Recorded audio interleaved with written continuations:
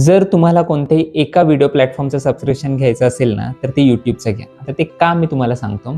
आता Amazon prime आहे, Netflix आहे, त्याच्यावर तुम्हाला एंटरटेनमेंट तर मिळेल, पण YouTube अशी गोष्ट आहे ना, तिथे जगभराचं ज्ञान आहे. म्हणजे तुम्हाला अगदी छोट्यातल्या छोट्या गोष्टीपासून मोठ्यातल्या मोठ्या एखाद्या रिसर्चपर्यंत जायचं असेल, तरी YouTubeवरती अवेलेबल आहे. तुम्हाला आता एक मी एक्झाम्पलमध्ये सांगतो. माझी एक ट्रॉली बॅग होती, ती लॉक झाली होती आणि मला त्याचा नंबर माहीत नव्हता. आता ती कशी ओपन करायची याची ट्रिक मला YouTubeवरती भेटली. जगातले सर्वात मोठ्यातले मोठे डॉक्टर, सायकॅट्रिस्ट, हिस्टोरियन्स किंवा एखाद्या विषयातले एक्सपर्ट सगळ्यांचे पॉडकास्ट YouTubeवरती फ्रीली अवेलेबल आहेत. यांची जर कधी तुम्हाला अपॉइंटमेंट घ्यायची गरज पडली तर तुम्ही ती घेऊ शकणार नाही. अशा लेव्हलचे लोकं YouTubeवरती फ्रीली गोष्टी सांगतायत. म्हणजे मला तर माझ्या पर्सनॅलिटीचा 60% ते 70% भाग डेव्हलप होण्यामध्ये YouTubeचा वाटा आहे असं मला पर्सनली वाटतं. म्हणजे YouTube असं प्लॅटफॉर्म आहे ना, म्हणजे एखादी छोटीही गोष्ट लागली तरी तुम्ही त्याच्यावर जाऊन सर्च करू शकता आणि तुम्हाला त्याच्याबद्दलचे व्हिडिओ मिळूनच जातील. आता ChatGPT आहे, इतरही प्लॅटफॉर्म आहेत.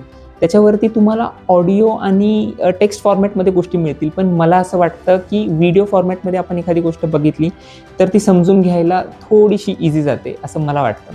आता तुम्ही म्हणाल ह्यासाठी पैसे का द्यायचे? कारण YouTubeवर आपण ॲड बघूनही व्हिडिओ बघू शकतो. तर मला असं वाटतं, आपण इंडियन्स जोपर्यंत एखाद्या गोष्टीमध्ये इन्व्हेस्ट करत नाही किंवा पैसे टाकत नाही, तोपर्यंत ती गोष्ट आपण सिरियसली घेत नाही. फक्त आणि फक्त त्यासाठी. बाय.